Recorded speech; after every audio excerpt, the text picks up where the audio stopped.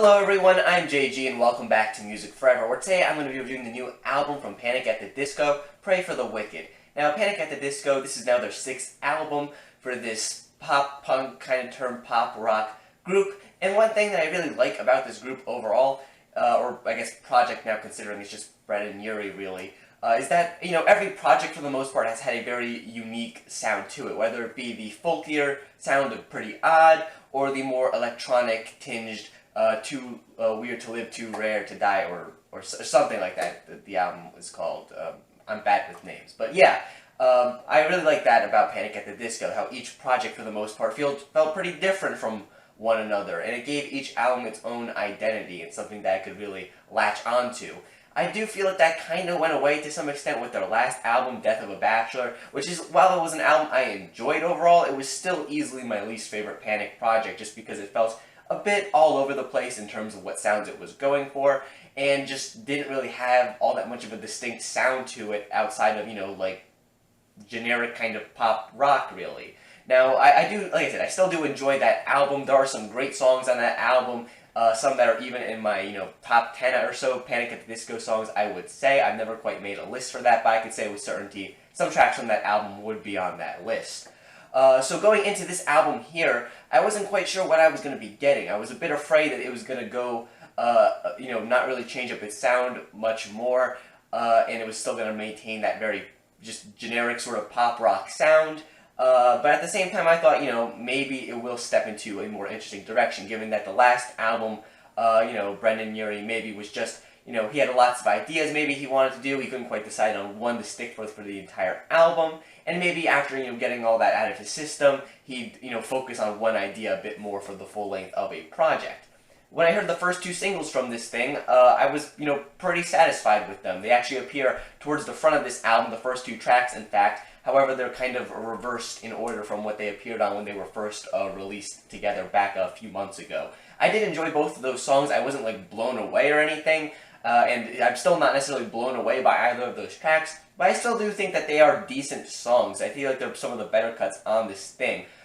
Saturday Night Say Amen is one that I feel like is, it kind of has that just kind of, typical sort of pop rock hype type track feel to it that so many, bands like Panic! At the Disco have been putting out as of late. Groups like Fall Out Boy, with songs like Centuries from American Beauty, American Psycho, or Champion from their newest Abomination, Mania. And this track kind of feels like it's going along with the same type of feel as those tracks, but I feel like it's one of the better ones to exist out of, the type of songs like that. Honestly, I'm really sick of those types of songs, and I can't help but feel kind of the same way about this song, but I will admit that this is one of the better ones out there. It still is pretty enjoyable, and it didn't seem, when I first heard this song as well as the other single, it didn't really seem like Panic! At the Disco were going to go off the deep end in terms of, like, bad quality, like Fall Out Boy, or 30 Seconds to Mars, or All Time Low, or just so many other of, Panic! At the Disco's peers that have kind of tried to stay relevant but haven't really been able to do so over the past couple of years. So, now I have the full album here. I've listened to the full album, and oh boy, I don't really enjoy this album, guys, which pains me to say considering I am a pretty big Panic! At the Disco fan. Like I said, Death of the Bachelor was my least favorite album from them, and I still enjoy that album a fair bit, but this one here, I mean, there's just very little for me to find interesting here in this project. And I mean, this isn't the worst thing I've heard this year by any means, and this isn't even the worst, album to come out of, like I said, these bands that are kind of Panic! At the Disco, either peers, Fall Out Boy, 30 Seconds to Mars, Linkin Park, All Time Low, all these groups. This is by far not the worst to come out of some of these bands' newest, outings, but it's still not all that great either. My biggest fear going into this album was really confirmed after my first listen, because Panic! At the Disco decided to really just go in on that, very generic pop rock sound that they had going for them in parts of Death of a Bachelor. On this thing. There are some tracks that are an exception to that, and I will get to those later on, but for the most part, this thing just has a very, overproduced, poppy, but still kind of rock-type sound that, I'm not against pop rock or poppy-leaning rock songs or anything quite like that, because there are some bands that have been able to do that well, like Water Parks or Mariana's Trench, for example, but, this album here is an example of what those bands are doing. This right here just feels very uninteresting to me. There's so few moments on this album that really stand out to me, at least like in a good way. There are some strong negative moments on here too, but I'll get into those a bit more later on. The first two tracks, the two lead-off singles I already talked about, are two of the strongest moments here on the album, and started off on a pretty decent note, I feel. Like I said, they're solid cuts. They get me a bit interested in what the rest of the album's gonna be. But then everything just goes downhill after that for the most part. Just immediately with the following track, Hey Look Ma, I Made It, which the verses on this song actually start out pretty decent. I like the verses on this song. They're actually some of the better verses on the album, I feel. But then the chorus is just easily the worst chorus to appear on a Panic at the Disco song. It kind of sounds like the Kids Bop Kids like ghost wrote the hook on this song. In part because it sounds incredibly childish, and also because it sounds like it was written by someone who has only ever spent their music career covering other people's music. It's awful. It just is very obnoxious, like sing-alongy type chorus with these very cheap sounding horns going off in the background. It was just not good at all. And like I said, especially considering how the verses were, pretty decent, I felt, the transition between that and the hook on this song was just very jarring to me, and like it just left the sour taste in my mouth. And the come after the first two tracks, which are some of the stronger ones here as well. And on my initial listen, I was like, okay, the first two tracks they're pretty good. We're doing good so far. But then to just slide into this, it just left a sour taste in my mouth for the rest of my first listen. And, to this moment, and probably for a good amount of time in the future, whenever I think of this album, it's still going to leave a sour taste in my mouth. Easily the worst moment on this album is the hook of this track. After this song, things become much less awful, I feel, because lots of this album isn't exactly just downright bad as much as it is just uninteresting, to be honest. Like I said, lots of these songs just go for that typical sort of pop rock formula that lots of other bands that are kind of in the same field as Panic at the Disco have been doing over the past couple of years or so. Usually to not much success either in terms of fan reaction or critical, success. So I'm surprised that bands are still trying to do it. But yeah, it's just not really all that interesting. One of the few other cuts on here that I feel like has some noticeably bad things on here is the track Old Fashioned, the second to last track here, which just has, of course, these trap-sounding percussion on here.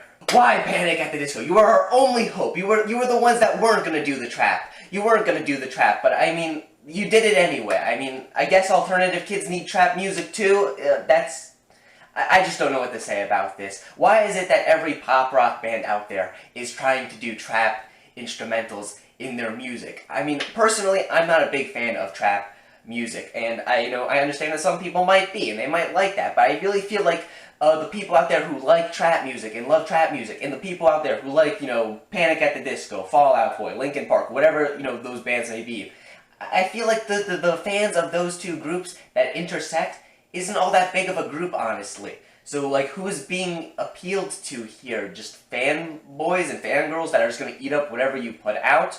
The very small minority of people that think that this combination is actually, like, interesting or good? Like, I don't get it. It just sounds awful. There's also this really annoying habit on this album of having a lot of these tracks start off with, like, these vocal kind of sample things that are, like, manipulated in some way. Like, either they'll be, like, chipmunked up to, like, some really high pitch, or just have some other type of manipulation on them. And sometimes these things are repeated throughout the tracks as well, and I just don't really know why it's done. I just find it kind of annoying, especially when it feels like almost half the songs begin with some type of vocal sample that's just manipulated. Like, did they not know how to start any, like, song on here, so they did that for half of them? It just doesn't make any sense to me. It's just really obnoxious and uncreative, especially when you do it as many times as are done here on this project. This album does have some decent moments on it, though. In particular, I like the track King of the Clouds, which just has this very kind of, almost spacey feel. I like Brendan Urie's vocals on this thing, and that's a strong point on this album overall. Just Brendan Urie's vocals throughout this project are very strong, I would say. I think he's a great vocalist in general, and on this project, it's not really any exception to that. His vocals on here sound great. It's usually just whatever he's saying, or, the instrumental that he's singing over that's not all that great. But his singing itself on here is actually pretty great in itself, which, I guess it's a good thing, and it works especially on King of the Clouds, I feel. Saturday Night is another one where I feel like his vocals are pretty strong.